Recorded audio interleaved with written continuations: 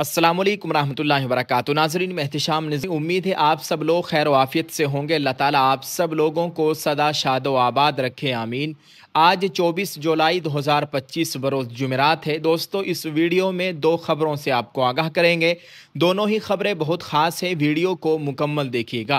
नाज़रीन, एक ख़बर से आपको आगाह करते चले, पार्लियामेंट के मानसून इजलास के दौरान जमीयत उलमा हिंद, जो कि मुल्क में मुसलमानों के एक बड़े ग्रुप की नुमाइंदगी करती है, जमीयत ने कल दिल्ली के शंग्री-ला होटल में अरकान पार्लियामेंट के लिए इशाइये का प्रोग्राम मुनक़िद किया, यानी शाम के खाने का अहतमाम किया गया। ये इशाइया प्रोग्राम दिल्ली के एक 5 स्टार होटल में मुनक़िद किया गया था और जमीयत उलमा हिंद के सदर मौलाना महमूद मदनी की तरफ से तमाम अरकान पार्लियामेंट को एक किताबचा दिया गया, जिसमें मुल्क में चल रहे 5 अहम मसाइल का जिक्र किया गया, जिनका ताल्लुक बुनियादी तौर पर मुसलमानों से था, और इन पाँचों मसाइल पर भी तबादला ख्याल किया गया। मीटिंग में अरकान पार्लियामेंट शामिल हुए, जिनमें समाजवादी पार्टी से हरिंदर मलिक, इकरा हसन, मौलाना मुहिबुल्लाह नदवी और ज़ियाउर रहमान बर्क़ थे, जबकि कांग्रेस से इमरान मसूद, जावेद खान और इमरान प्रतापगढ़ी और नेशनल कॉन्फ्रेंस से आगा रूहुल्लाह मेहदी, मियाँ अल्ताफ़ थे, जबकि चंद्रशेखर आज़ाद भी इस इशाइया में शामिल हुए। इजलास में मौजूदा सूरत हाल पर तशवीश का इजहार किया गया। मुस्लिम बिरादरी के खिलाफ बढ़ते हुए तशद्दुद और नफरत अंगेज़ वाक़यात पर संजीदा बातचीत की गई। मौलाना महमूद मदनी ने कहा कि ये वक्त उम्मत मुस्लिमा की आवाज़ को मुत्तहिद और मजबूत करने का है। इस मौके पर एक पार्लिमानी कमेटी बनाने का मुतालबा किया गया और ये कमेटी आसाम का दौरा करे और वहाँ के बेघर लोगों से मुलाकात करे और उनकी बाज़ आबादकारी का इंतज़ाम करे। मीटिंग में मौजूद तमाम अरकान पार्लियामेंट ने वादा किया कि इस मसले को पार्लियामेंट में और उसके बाहर भी भरपूर तरीके से उठाया जाएगा। मौलाना महमूद मदनी ने कहा कि इस SIR को NRC न बनाया जाए। हिंदुस्तान के शहरी लोगों से वोट का हक नहीं छीनना चाहिए। शहरियों से उनके विरासत का सबूत मांगना उनके हुकूक छीनने के मुतरादिफ है।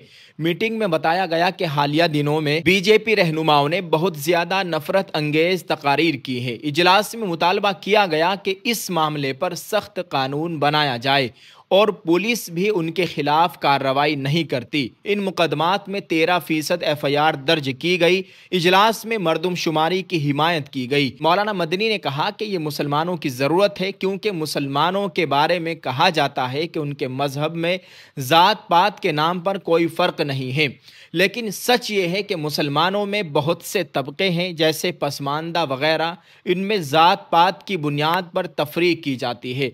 इजलास में मौजूद तमाम नाजरीन, आप इस खबर के ताल्लुक से क्या कहना चाहेंगे? कमेंट में अपनी राय ज़रूर पेश करें। ये बड़ी जानकारी आपके साथ शेयर की है। आप सबसे गुजारिश है वीडियो को दूसरे लोगों तक पहुंचाने की कोशिश करें। एक और ख़बर से आपको आगाह करते चले, मुंबई लोकल ट्रेन बम धमाकों के मुकदमे में हाई कोर्ट ने नाकाफ़ी सबूतों और नाकिस तफ्तीश पर पुलिस को सख्त तनकीद का निशाना बनाते हुए तमाम मुलजिमीन को रिहा कर दिया, जिन्हें निचली अदालत ने माजी में 5 को सजाए मौत और 7 को उम्र कैद की सज़ा सुनाई थी। इस फैसले पर मुंबई कांग्रेस सदर और रुकन पार्लियामेंट वर्षा गायकवाड ने कहा कि महाराष्ट्र हुकूमत को चाहिए कि वो इस फैसले को सुप्रीम कोर्ट में चैलेंज करे, क्योंकि उनके मुताबिक ये मुलजिमान नाकाबिले माफ़ी है। नाजरीन, आप ज़रा सोचिए, इनको मुसलमानों ने भर भर के लाइन में लग कर वोट दिया, इनको कामयाब बनाया, इनको जिताया, और यही मुसलमानों के ताल्लुक से देखिए आप कैसा जहन रखती है। यानी अदालत ने जिनको कहा है कि ये बेकसूर है, 19 साल का एक बहुत बड़ा अरसा उन्होंने जेल के अंदर गुजारा है, और ये मोहतरमा खातून रुकन पार्लियामेंट कह रही है कि वो नाकाबिल माफ़ी है, यानी वो माफ़ी के काबिल नहीं है, और महाराष्ट्र हुकूमत को मशवरा दे रही है कि उनके ख़िलाफ़ वो सुप्रीम कोर्ट जाए, अदालत में जाए। दोस्तों, आप इससे अंदाज़ा लगा सकते हैं कि कांग्रेस में कैसे कैसे लोग हैं। मुसलमान इनको भर भर के वोट देता है, लेकिन मुसलमानों के लिए ये कुछ भी नहीं करते। दोस्तों, उनके इस बयान की मुख्तलिफ समाजी, कानूनी और मजहबी शख्सियात ने सख्त अल्फाज में मजम्मत की है। All India Muslim personal law board के नायब सदर और साबिक रुकन राज्यसभा मौलाना उबैदुल्ला खान आज़मी ने कहा कि वर्षा गायकवाड ने मुसलमानों के एहसानात को फरामोश करके उनके ज़ख्मों पर नमक छिड़कने जैसा अमल किया है। गुज़िश्ता इंतखाबात में मुसलमानों ने तन मन धन से उनका साथ दिया, लेकिन उन्होंने मुस्लिम नौजवानों की बम धमाका मामले में बाइज्जत बरी किए जाने पर उनके घर जाकर इस्तकबाल करने के बजाय हुकूमत महाराष्ट्र को उनके खिलाफ सुप्रीम कोर्ट में अपील दायर करने का मशवरा देकर एक बहुत बड़े एहसान फरामोशी की है।